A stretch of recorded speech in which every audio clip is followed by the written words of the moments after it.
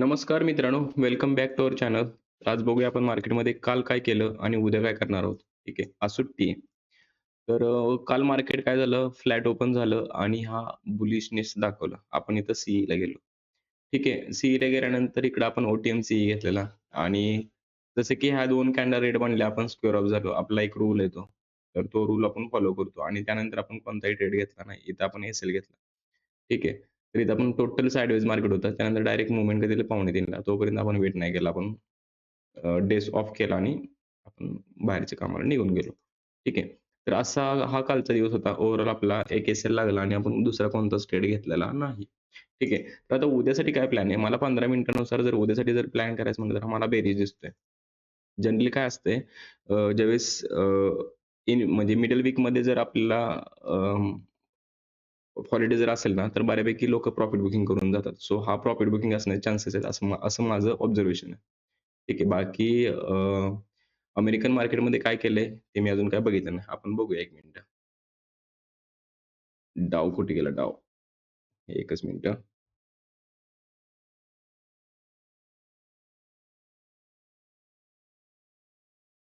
डाव बुलिश आहे. NASDAQ 1 मिनिटं. सॉरी. यांचा हाच प्रॉब्लेम आहे 50 US 100X. ठीक आहे. तर हा सेल ऑफ ॲक्चुअली कालचा सेल ऑफ आहे आणि आजचा पुलबॅक आहे. सो असं काही ह्यांच्यामध्ये निगेटिव्ह नाहीये.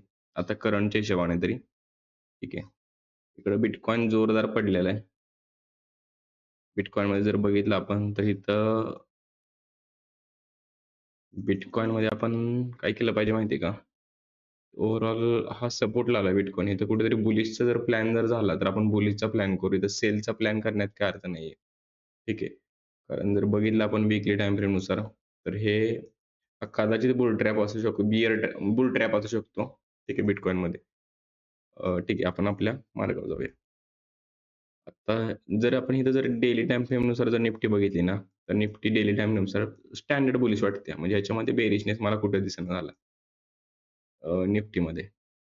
जर समजा हा लो ब्रेक केला, तर तो कंटिन्यू होईल. पण शक्यतो मला असं दिसतंय, की डेली टाईम फ्रेमनुसार हे निफ्टी बुलिश आहे. हे जे लास्टचं जे प्रॉफिट बुकिंग आहे ना, ते फक्त हॉलिडे असल्यामुळे प्रॉफिट बुकिंग आलंय, असं आपण कन्सिडर करूया. ठीक आहे, तर 15 मिनिटानुसार आपण काय प्लॅन करूया आता उद्या. उद्या जर समजा हा हाय जर टेस्ट झाला ना, तर मार्केटमध्ये तुम्हाला बेरिश राहायचं नाही. मी एक इथं टेम्पररी रेझिस्टन्स मार्क करून ठेवतो. ठीक आहे, ह्याचा काही एवढा इम्पॅक्टफुल नाहीये. पण ठीक आहे, हा जर हाय टेस्ट उद्या जर झाला, तर इथे तुम्हाला बेरिशला थांबायचं नाहीये मार्केटमध्ये, बुलिशलाच राहायचंय. आज जर समजा ह्याच्या खाली जर कॅन्डल सस्टेन झाली, समजा इथे कॅन्डल ओपन झाली फॉर एक्झाम्पल, इथे कॅन्डल ओपन झाली आणि ह्याच्या खाली जर सस्टेन झाली, तर तुम्ही इमिडिएट सेल ऑफला जाऊ शकता. टार्गेट जसं की तुम्हाला 2-3 कॅन्डल मिळतील ते कॅप्चर करायचे आणि लगेच पोझिशन स्क्वेअर ऑफ करून टाकायची. 15 मिनिटाच्या सांगतोय हां. ठीक आहे. पण लगेच पोझिशन स्क्वेअर ऑफ करून टाकायची. त्याचं कारण काय आहे? तर हे मला जास्त काही बेरीज दिसेना झालंय. जर सस्टेन झालं खाली तर मग विषय वेगळा आहे. ते आपण ट्रेल करत जाऊ. पण सस्टेन पण कसं होतं माहिती आहे का? एक फॉर एक्झाम्पल असा एक या 3 कॅन्डल जर स्ट्राँग बनल्या ओपनिंगलाच सेल सेल साइडला, मग ते कदाचित ते रिव्हर्सल वगैरे मारतं आणि मग बऱ्यापैकी साइडवेज वगैरे मार्केट जातं. ठीक आहे. तर असा विषय आहे. तर जर समजा हा हाय ब्रेक जर झाला तर बुलिश आहे. कारण हे बऱ्यापैकी मार्केट त्यांनी बुलिशला ठेवलंय. हा फक्त एक प्रॉफिट बुकिंगचा सेल ऑफ होता, असं माझं ऑब्झर्वेशन आहे. ते पण का?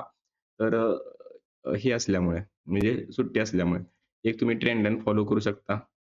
शक्यतो आपण करत नाही, पण तरी पण तुम्ही एक ट्रेंड लाईन फॉलो करू शकता. जर ह्या ट्रेंड लाईनच्या वरती सस्टेन झालं, तर हे बुलिश आहे. जर समजा चुकून जर ह्या ट्रेंड लाईनच्या पुन्हा खाली जर सस्टेन झालं, तर पुन्हा बेरिशनेस कंटिन्यू राहील. ठीक आहे. तर असा प्लॅन आहे उद्याचा. प्लॅन एकदम सिंपल आणि ईझी आहे. जर तुम्ही ट्रेड जर व्यवस्थित केला, तर तुम्ही उद्या प्रॉफिटेबल असणार आहे. ठीक आहे. थोडंसं मार्केटमध्ये रेझिस्टन्स पण बराच असेल उद्या. जसं की आज ॲक्चुअली कालच्या ह्याच्यामध्ये हा एवढा रेझिस्टन्स नसायला होता, पण तो होता. ठीक आहे. कारण हे ना जसं की हे ना हा डे लो जरी टेस्ट केला असता ना, तर आपल्याला ते अपसाइडला चांगला मूव्ह मिळाला असता. कारण ह्यानं जर कधी पण ध्यानात ठेवायचं, जर डे लो किंवा डे हाय टेस्ट होत नाही ना, तर त्याच्यामध्ये ऑप्शन सेलर इन्क्लुडेड असतं म्हणजे ॲड झालेलेच असतात. म्हणजे साधारण टेस्ट तरी झाला पाहिजे. ज्या दिवशी टेस्ट होत नाही त्या दिवशी तुम्हाला ऑप्शन सेलर मजा मारताना दिसणार. आपण प्लॅन केलेला इथं आपल्याला कळलं कमीत कमी हा डे हाय तरी टेस्ट करेल किंवा इथपर्यंत स्पाइक तरी देईल. म्हणून आपण हा सीईचा ट्रेड घेतलेला मॉर्निंगला. पण ओव्हरऑल पूर्ण दिवसभर त्यांनी साइडवेज केलं. ठीक आहे. तर असा हा साइडवेज एरिया आहे. तर ह्याच्यामध्ये तुम्हाला ट्रेड करताना केअरफुल करा. पण शक्यतो उद्या मूव्हमेंट आली पाहिजे. ठीक आहे. बघूया. प्लॅन तर सिंपल अँड ईझी आहे. बुलिशला पण आहे, बेरिशला पण आहे. बेरिशला पण चांगला आहे, बुलिशला पण चांगला आहे. फक्त तो सस्टेन कसा होतोय, कॅन्डल कशा बांधतात ह्याच्यावरती डिपेंड असणार आहे. तुम्हाला जर सपोर्ट रेझिस्टन्स हे तुम्हाला मी दाखवलेच आहेत. ह्याच्यापेक्षा वेगळं काय मार्केट चालत नाही. हा तुम्हाला काय म्हणतो लीक पेपर आहे. ठीक आहे.